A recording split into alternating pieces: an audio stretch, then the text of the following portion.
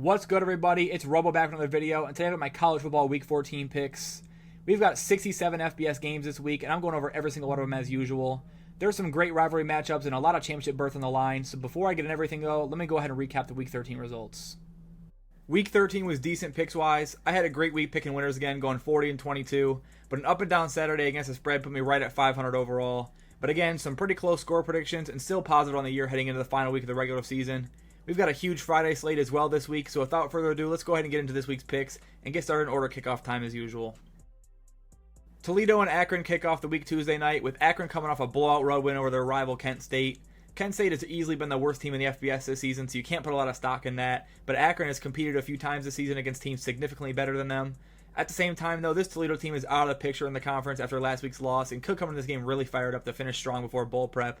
The season they've had really makes no sense, and their offense can be completely non-existent at times, but Akron's defense is nowhere near the level of Ohio's. I'm taking Toledo here, 28-17. Also on Tuesday is Kent State at Buffalo. As I mentioned going over the last game, Kent State is by far the worst team in the FBS this year. Buffalo's won 3 straight with some huge offensive performances coming into this game, and on senior night, I don't see them slowing down against an opponent this bad. There's obviously defensive concerns with this team, but Kent State just doesn't have an offense capable of scoring more than a few times. I think Buffalo continues their win streak to wrap up the regular season, 42-14. On to Thanksgiving night with Memphis at Tulane, a potentially great matchup in the American Conference between two 9-2 teams. Tulane's locked into the American Championship next week against Army already, so nothing to play for there, but they have some real playoff hopes now. A win here and against Army next week gives them a shot if Boise State were to lose a game, and although it's unlikely, I think that's more than enough reason to play hard in this game. Memphis has a great offense, though, and can absolutely compete here if they want to play spoiler. I think Tulane is just a better team, though, and I like them by 10, 31-21. We've got a huge Friday slate this week starting at noon with Boise State and Oregon State. Boise's looking to continue marching towards the playoff spot and a potential bye, and Oregon State's coming off their biggest win of the year over Pac-2 rival Washington State last week. They finally found the offense after getting shut out by Air Force. Ben Gulbranson had a solid day, and the Beavers nearly put up 500 yards on the Cougars. I don't think they'll see more of the same against Boise's defense, but definitely look like the momentum they have coming this game can help them. I think they'll score enough to keep it competitive on the road, but Boise's going to take this one, 38-21. Colorado's playoff hopes took a big hit last week with the road loss at Kansas, but they're still technically alive as there's numerous different scenarios to the Big 12 title game right now, and Colorado just needs a win and a couple losses up top to get in. A win in the title could still put them in the playoffs, so this is an important game regardless. Oklahoma State still hasn't won a game since September, dropping 8 in a row now, but that offense exploded last week with 48 points in the loss to Texas Tech. I don't know how well Colorado's defense will be able to slow down a healthy Ollie Gordon considering how well Devin Neal looked last week, but I don't see the Cowboys stopping Shadur and Travis at all either. Give me Colorado in this one, 41-28. Wisconsin badly missed Hunter Wohler last week as they got torn to shreds defensively by Nebraska, and now sit in a must-win scenario to preserve a 23-year bowl streak, and will have to do so against a Minnesota team that just nearly upset Penn State last week. Minnesota's defense can really shut down offenses. They're 5th in the Big Ten in yards allowed this season and just held Penn State to 350 total.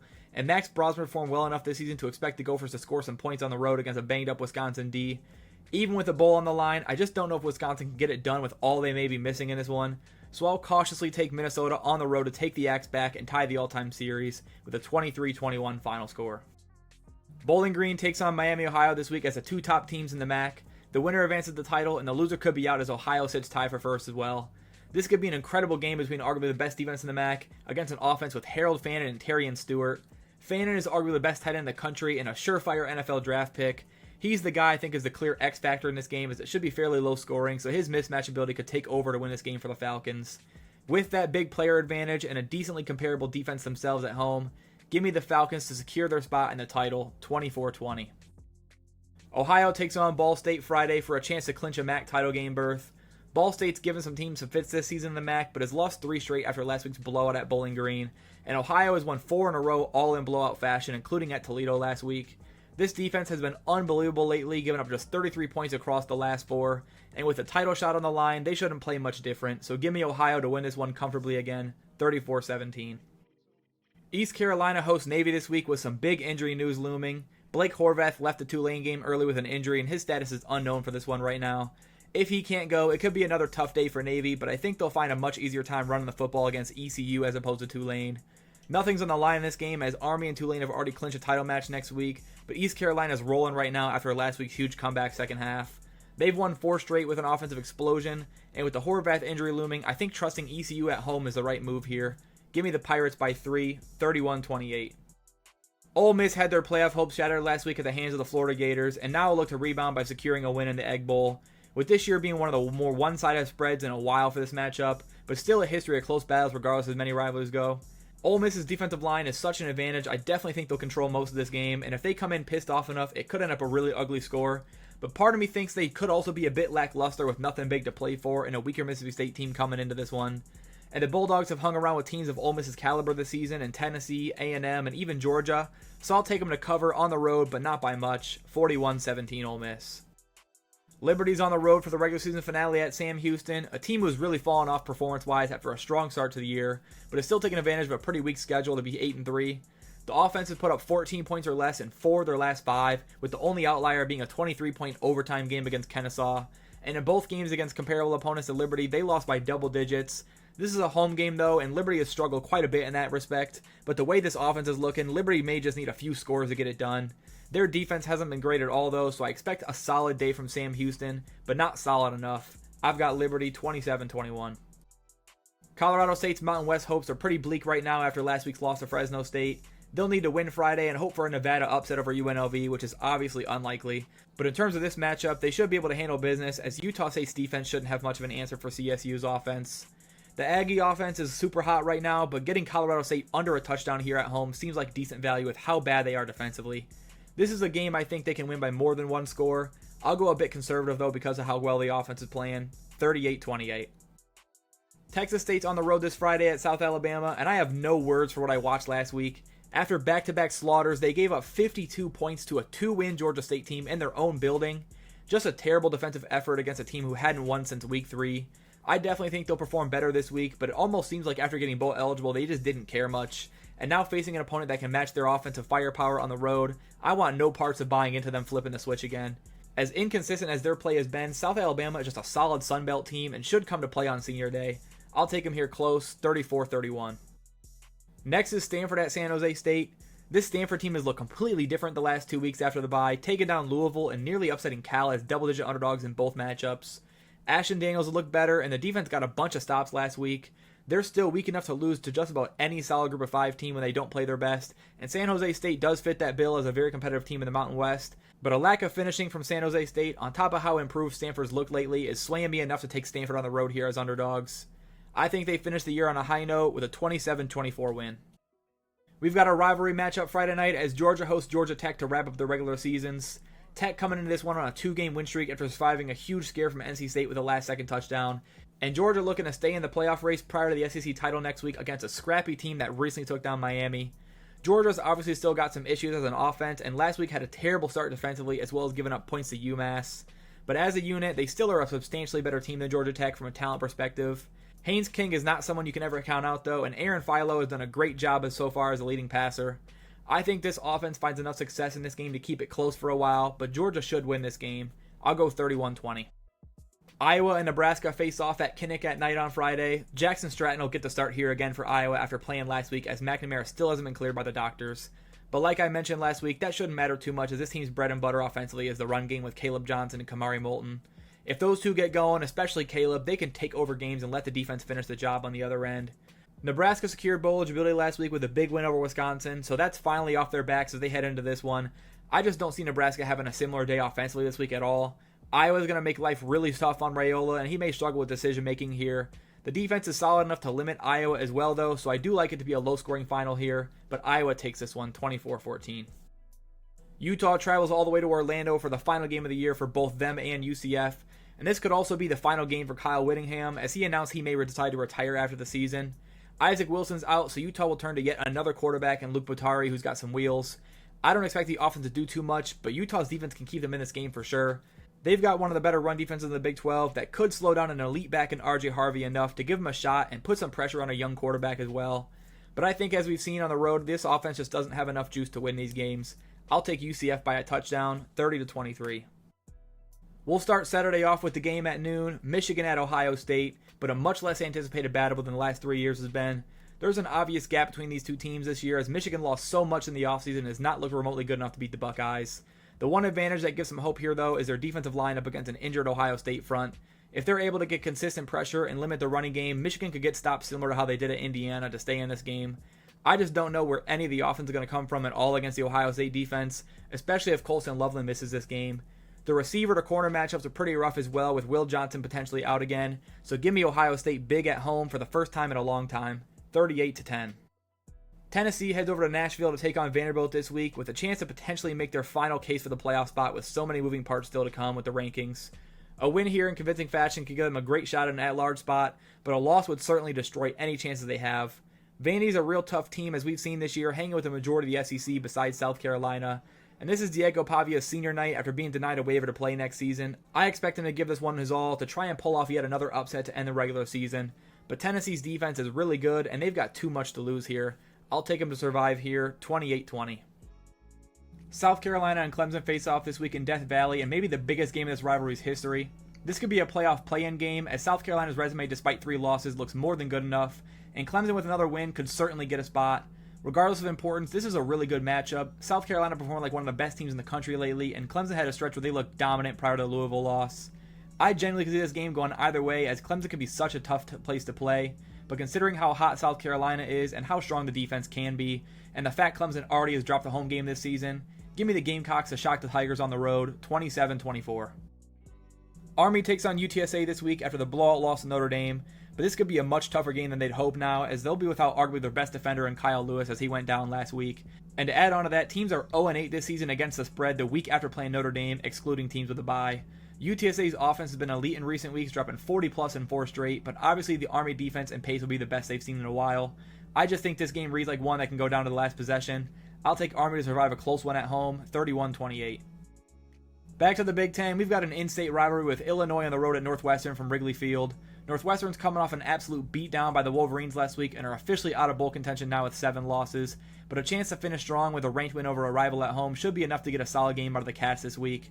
Their schedule's been really rough this season, and this is yet another tough one that I don't expect them to win, but the Illini are coming off a crazy last-second win over Rutgers last week and have had some duds throughout the year, so it's a possibility for sure.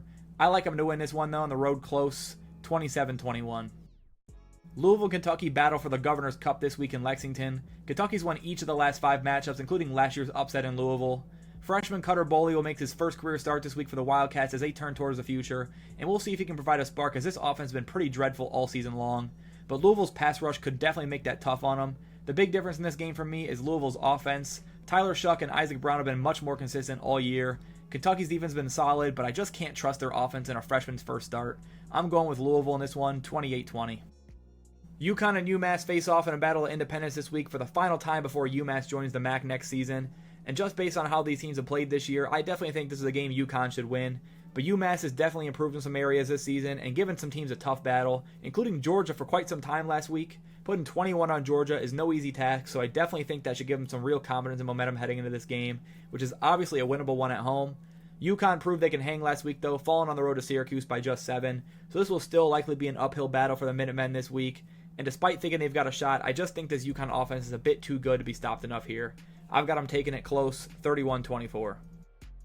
Duke wraps up the regular season on the road, but not too far over in the Winston-Salem to take on Wake Forest.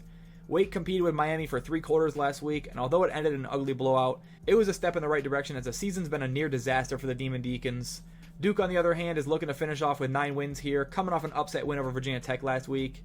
To keep it simple, I don't think it's a hot take to say Duke is a much better team than Wake Forest, mainly due to that defensive edge. Malik Murphy should have a ton of opportunity to score some points against this defense, and you can't really say the same for Wake.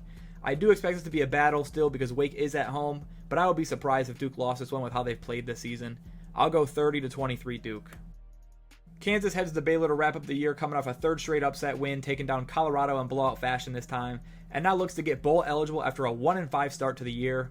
Jalen Daniels, Devin Neal, and this secondary have absolutely flipped the switch on the season and look so much better than before. Baylor is a good team with a very strong offense, though, and posed a tough test in the way of that 6th win on the road. But like I've been saying, with the way this Kansas team's playing, I'd take them over most of the Big 12 right now, including this game at Baylor. I'm rolling with Kansas in a dogfight, 34-31. West Virginia continues to be a confusing team with so many weeks of up and down play on both sides of the ball. After getting blown out by Baylor, they turned around and handled a UCF team that was playing really well lately. Bowl eligibility has been secured now, though, and they face an even better offense in Texas Tech on the road this week. I think Taj Boyd and Baron Morton are going to be too much for the Mountaineers' defense here, and Tech takes this one by a touchdown at home on senior night, 35-28. Louisiana heads out to Louisiana Monroe for the battle on the Bayou this week. ULM is fighting for bowl eligibility now after their 5th consecutive loss. Louisiana comes in off this one after a 51-point throttling of Troy and is playing for a title trip as they control their own destiny in the West. ULM's defense is going to have to keep them in this game, though, because their offense has been terrible and the Cajun defense has been elite, especially against the pass, which they already struggle with a ton. I'd expect a run-heavy game for them again here, and I think that could also play in favor of the Cajuns, who've also ran for almost 180 yards a game this year. That gap in offense is just so massive, I can't do anything but take Louisiana in this game. I'll take them to advance to the chip with a 31-17 win over UL Monroe. North Texas continued their spiral last week with an awful collapse, giving up 33 second-half points to East Carolina to ruin their chance at grabbing bowl eligibility on senior day. And now have to do so on the road against Temple, a job that should be doable, but with the way they've played may not be too easy. Temple's played some solid defense at home lately and just put up 27 on the road at UTSA, so they've got a shot in this one if North Texas continues to collapse and blow their chances. But with it now being their last opportunity, and this easily being their worst opponent in several games, I do think the Mean Green pick up that 6th win finally this week and take down Temple, 35-27. Eastern Michigan will again play for bowl eligibility this week on the road at Western Michigan, who will be looking to do the same. Both these teams have hit losing streaks to end the year, so someone's going to snap it and go bowling. I think it's going to be Western Michigan. After last week's loss at CMU, they've got to be fired up to at least split the in-state series. Their offense has really struggled lately after being the top of the MAC for most of the year, and the defense continues to be an issue against the run, but Eastern's also in the same boat. Over this losing streak, they've been blown out by Ohio and Buffalo, and even dropped a road game to Akron. They've just been so bad lately, I can't expect anything different. I'll take Western at home, 34-24. Florida International wraps up the year against Middle Tennessee. Both these teams sitting at 3-8 and have lost in back-to-back weeks, including ugly losses last week. Middle Tennessee falling to New Mexico State at home, and FIU dropping one to Kennesaw State on the road. Both of these teams have obviously had rough seasons, but FIU has definitely looked better for the majority of the year, and I think this is a solid matchup for them as well. Middle Tennessee's virtually zero run game, and that's an area of issue for the FIU defense this season, and they've got a pass defense who can make things really tough on Nicholas Vadiato. I think this one's ended up fairly low scoring because of that, and I don't think FIU's offense is going to roll either, so give me the Panthers by just a touchdown, 28-21. Coastal Carolina will again play for their bowl eligibility this week at Georgia State, who shockingly hung 52 on Texas State last week, picking up their first win of the season since September, and even crazier on the road. Coastal has lost 4 of their last 5 now and are clearly in danger of losing another after last week, but it's the season finale, and I can't help but buy that Georgia State game as fluke right now after how the season's gone as a whole. Georgia State's defense is horrendous against the run, and Coastal can take advantage and ignore how bad the pass offense has been lately. I think Braden Bennett has a big day to get Coastal back bowl eligible finally, but it's going to be a close one, 31-27. Troy will look to finish the year taking 3 of the last 4 as they face Southern Miss this week, and Southern Miss has been so bad this season, Troy actually enters as a 17-point favorite.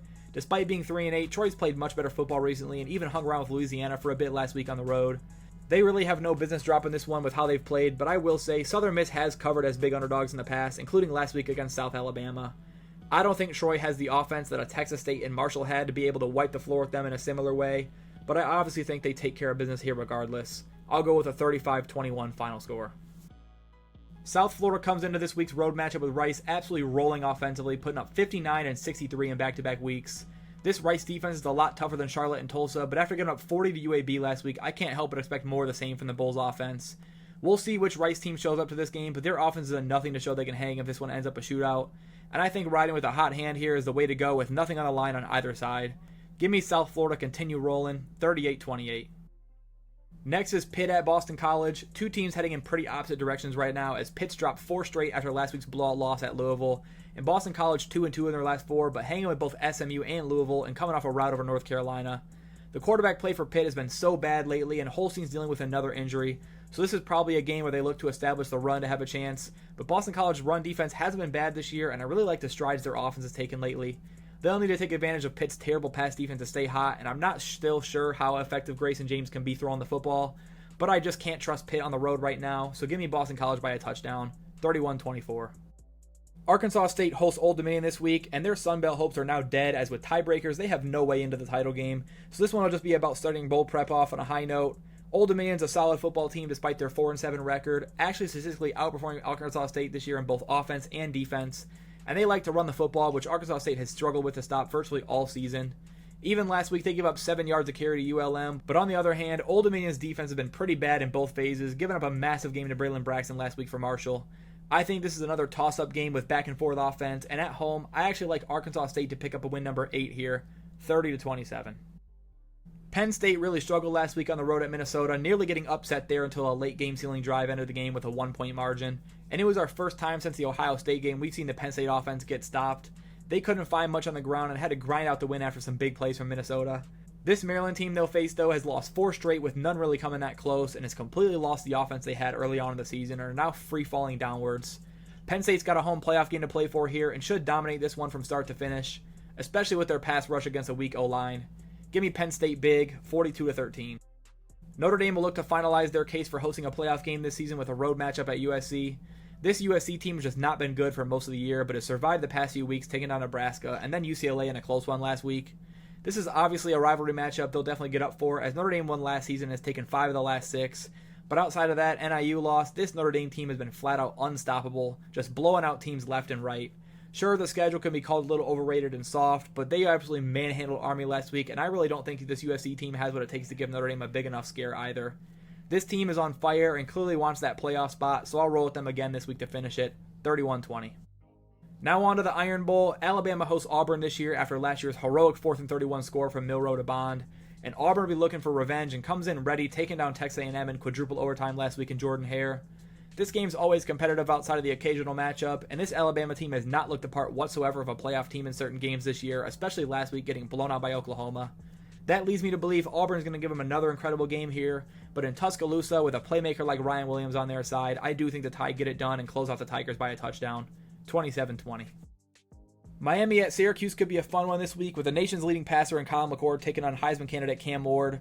Syracuse has had a great season so far thanks to that offense and can absolutely compete with this Miami team who's consistently let teams hang around.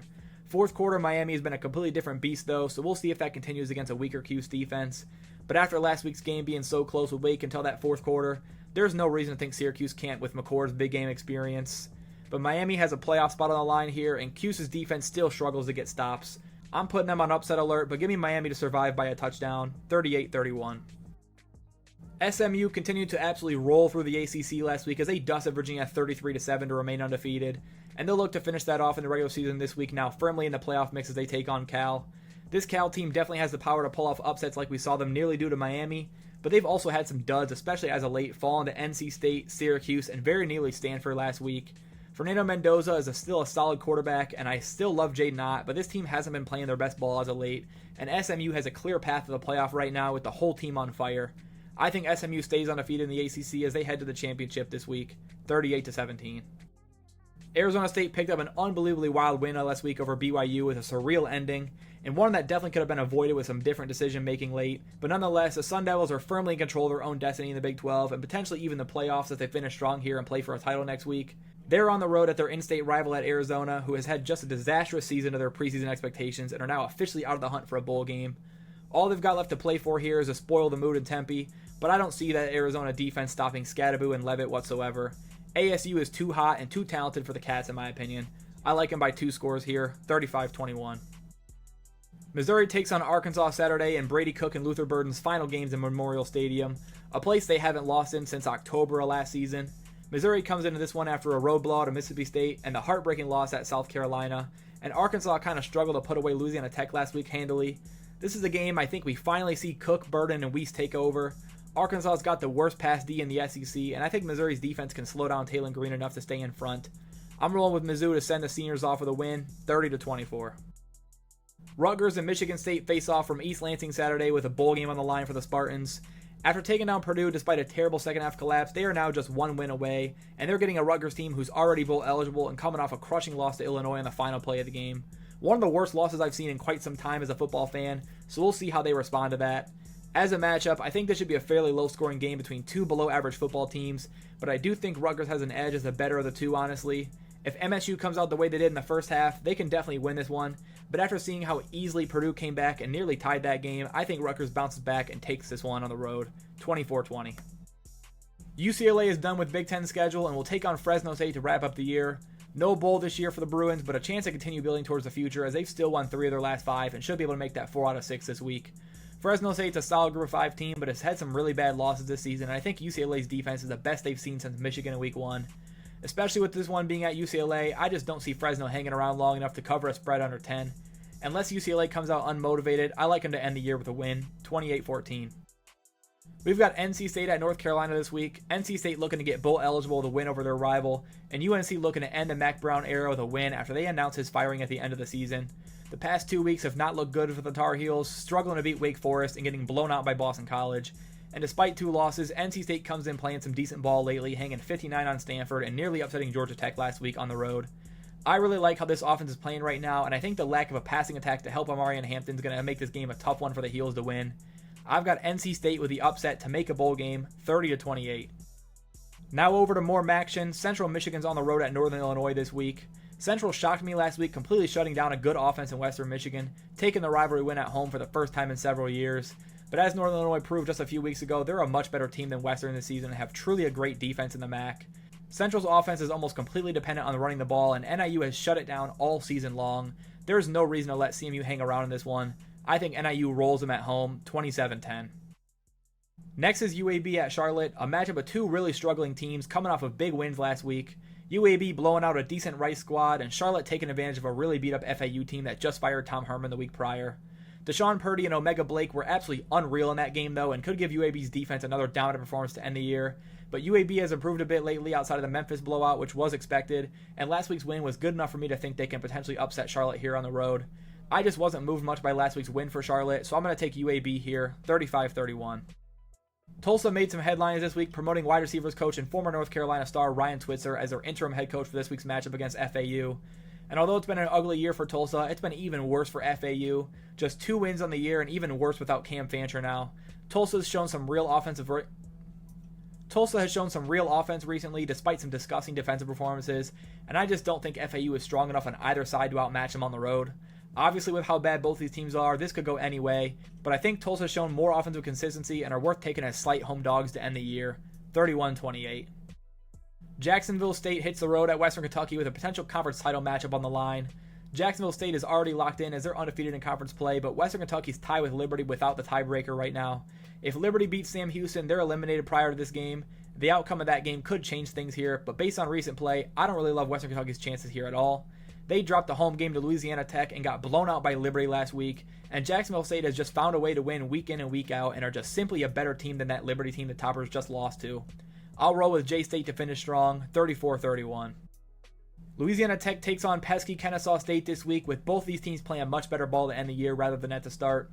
For Kennesaw, outside of Western Kentucky, they competed in 4 of their last 5 and taken 2 of them. And for Louisiana Tech, they didn't look too bad last week at Arkansas and upset Western Kentucky the week prior. I definitely think this Louisiana Tech team is the better team in this matchup, but like I said, this Kennesaw team has been pesky lately and has been in almost every game. I think this one could be no different if the offense finds a bit of rhythm against a defense that's vastly improved. With that said, though, I like Tech by 10 still, 27-17. Staying in the Conference USA, New Mexico State hosts UTEP as they look to end the year with back-to-back wins and 3 solid performances after taking down Middle Tennessee last week and covering at Texas A&M a week prior. UTEP is easily one of the worst teams in the country this season, so there's a decent chance they're able to get that done. But as we've seen, this New Mexico State team flat out cannot stop the run and still really didn't last week, actually getting outgained significantly despite winning by multiple possessions. UTEP's offense is awful though and hasn't ran it well all season, so I do like the Aggies in this matchup on top of just playing better football late. I'll go 31-24. Cincinnati will take on TCU this week, looking to snap a 4-game losing streak to finally go bowling. They've had a rough schedule lately and taken tough losses this season and have really spiraled offensively, having scored 24 or less in 6 straight games. TCU's coming to this game playing well, routing both Oklahoma State and Arizona. Road games have been a different team this year though, and both of these last 2 have obviously been terrible all season. I think Cincinnati has a shot in this game if they're able to get the defense in order. Sorsby and Kiner have been fine and can definitely score in this TCU defense, but stopping Hoover in the passing game is going to be what this one boils down to, and that's one area they haven't been too bad in.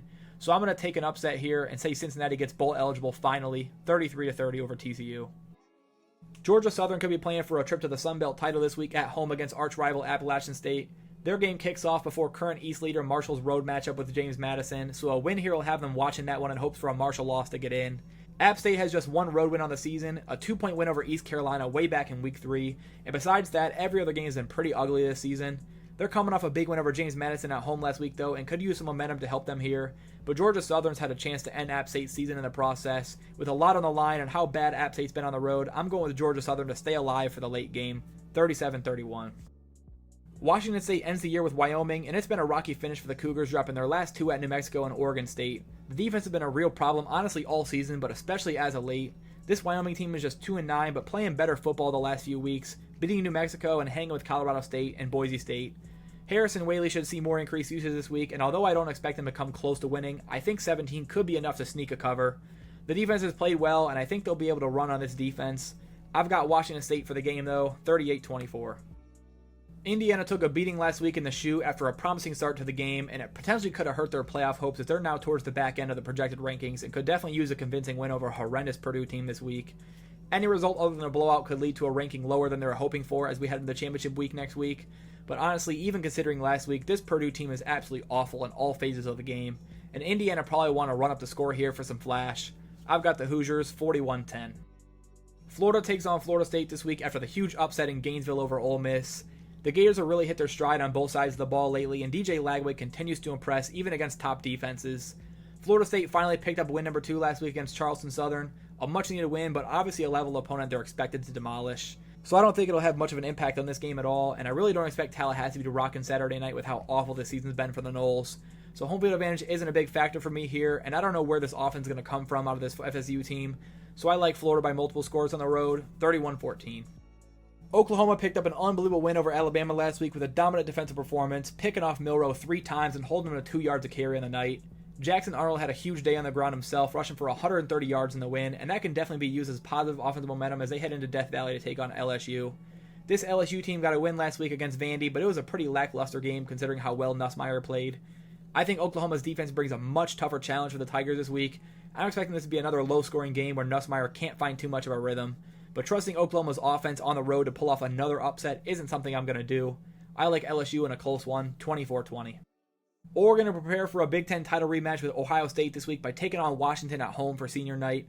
This should be an electric atmosphere as they seek revenge for last year's double loss to Michael Penix and the eventual national runner-up Huskies. And looking at how this year's Washington team has fared on the road, I would be shocked if they were in this game at all late. They are coming off a bye week after taking down UCLA, but so is Oregon, and they got a scare from Wisconsin that should put them back in shape to end the year. I think the Ducks get their revenge in a big way this week, 38-13. The rivalry between Texas and Texas A&M is finally back this week after a 13-year absence with A&M's move to the SEC, but now that Texas has joined as well, we'll see this much more often again, and I can't wait for this one. A&M's coming off a tough loss in quadruple overtime to Auburn after a defensive collapse to end regulation with an easy Auburn field goal to force extra play. And Texas's offense has sputtered a little bit to end the season, and now Quinn Ewers is a little banged up. He'll be good to go for this one, though, it seems, and obviously they've got a guy behind him they trust in Arch Manning. But Kyle Fields is going to be absolutely rocking for this one, and I expect the Aggie defense to give the Horns some issues. The Longhorn secondary is just so elite this season. I don't know if Marcel Reed is going to be able to generate enough offense to complement it, so his leg is going to have to be a huge factor here. But I do trust Texas as a team enough to take them to win in this environment. I'll go with a nail-biter, though, 27-23. Iowa State takes on Kansas State with a chance at making the Big 12 title. It's win and you're in for both them and Arizona State this week, so they've got extra motivation heading in this matchup with Kansas State. K-State got back in the win column last week, blowing out Cincinnati, and Iowa State kind of struggled with Utah a bit last week. But I do give it a bit of a pass, as that's a tough road environment, and they did significantly outplay them despite the score. Johnson and Giddens could absolutely be a handful for the Cyclones to handle, but with so much on the line and likely a rowdy environment for themselves this week, I think they'll get the job done and advance to the championship, 30-24. UNLV takes on Nevada for a chance to rematch Boise State in the Mountain West title game next week, and obviously, as the spread indicates, this isn't a game that should be very close. UNLV has struggled a bit on the road this season, but has survived enough to put themselves in this position, and besides Boise and Syracuse, they've been completely dominant at home against weaker opponents. I don't think Nevada's defense is going to be able to stop Hajj Malik Williams and the Rebel offense, and ULV's defense has been very good against the run this season, which is where Nevada gets all of their production. This just isn't a good matchup to me, and the Rebels have a lot on the line, so I like them big this week, 41-20. We've got another rivalry this week with Virginia at Virginia Tech Saturday night, and this one's going to be a bowl play-in game with both teams sitting at 5-6 on the year. Virginia Tech's lost 3 straight now against tough opponents in Syracuse, Clemson, and Duke, but they've done so without a healthy Kyron Drones as he only played in a Clemson game. If he's able to go this week, that'll be a massive boost to an offense that could really use it. They've got Bayshul Tootin back last week, but Drones can bring the group to another level when healthy. Virginia's defense can keep him in this game no matter what, but if Drones is available, I like the Hokies' odds in a strong home environment at night. I'm going to take the Hokies to get bowl eligible here by 10, 31-21. James Madison hosts Marshall Saturday night, with Marshall in a win-and-you're-in scenario for the Sun Belt title game, but this is going to be a real battle for the herd as James Madison has been so good at home this season. Their only 3 losses have all come on the road, including last week at App State, so the Dukes will look to bounce back on senior night at a place they haven't lost in a few years. They've been a dominant rush defense all season, ranking atop the conference, which is a huge advantage here as Marshall's offense is so run-heavy. This is not a game I like for Marshall unless JMU comes out flat. I'm going with the Dukes to make things interesting in the Sun Belt East, 34-27. Houston heads up to Provo this week to take on BYU, and probably a pretty pissed-off BYU team coming off back-to-back losses after a 9-0 start to the year. Both games against tough teams, though, in Kansas and Arizona State, so now they may see Houston as a chance to get back in big fashion. Houston's defense has been good all year long and is one of the best in the Big 12, but BYU's got a pretty comparable unit themselves and a much better offensive attack. They've had some struggles scoring here and there, but over a 100-yard advantage in yards per game measures. I think coming off those losses, BYU comes out ready to dominate and get into that title game. I'll take them here 31-13. Air Force has won 3 straight now over Fresno State, Oregon State, and Nevada, and this week we'll hit the road again to take on San Diego State. The Aztecs have lost 5 games in a row now, including back-to-back road games by 21 points, but get a chance to end their year on a high note at home for their seniors. The issue here, though, is just how bad San Diego State's been against the run this season. They give up over 200 yards a week on the ground and are facing an option-heavy Air Force team here. They'll have to completely flip a switch in that regard to be able to win this one, and I just really can't see that happening with how well Air Force is playing right now. I'll roll with the Falcons on the road, 27-20. The last game of the 2024 college football regular season, minus Army-Navy in a few weeks, is New Mexico at Hawaii. Hawaii's defense fell off a cliff prior to their bye week last week as Utah State absolutely destroyed them 55-10. An absolute shocking result considering how good they looked a few weeks prior and how bad Utah State was this season. But that bye week could be a nice reset as they head into this one. New Mexico's had a much better season than expectations with the emergence of Devin Dampier, and just now needs a win here this week to make a bowl game. Dampier's dual threat ability just looks so good right now, and I'm not sure Hawaii's going to be able to handle it, especially after what we watched 2 weeks ago. I think New Mexico goes bowling, 34-31. That's it for my Week 14 picks. Let me know your thoughts down in the comments below, as well as your upset predictions and which games you're most excited to watch this week. As always, thanks for watching. Feel free to like and subscribe if you haven't already, and I'll see you guys in the next one. Peace.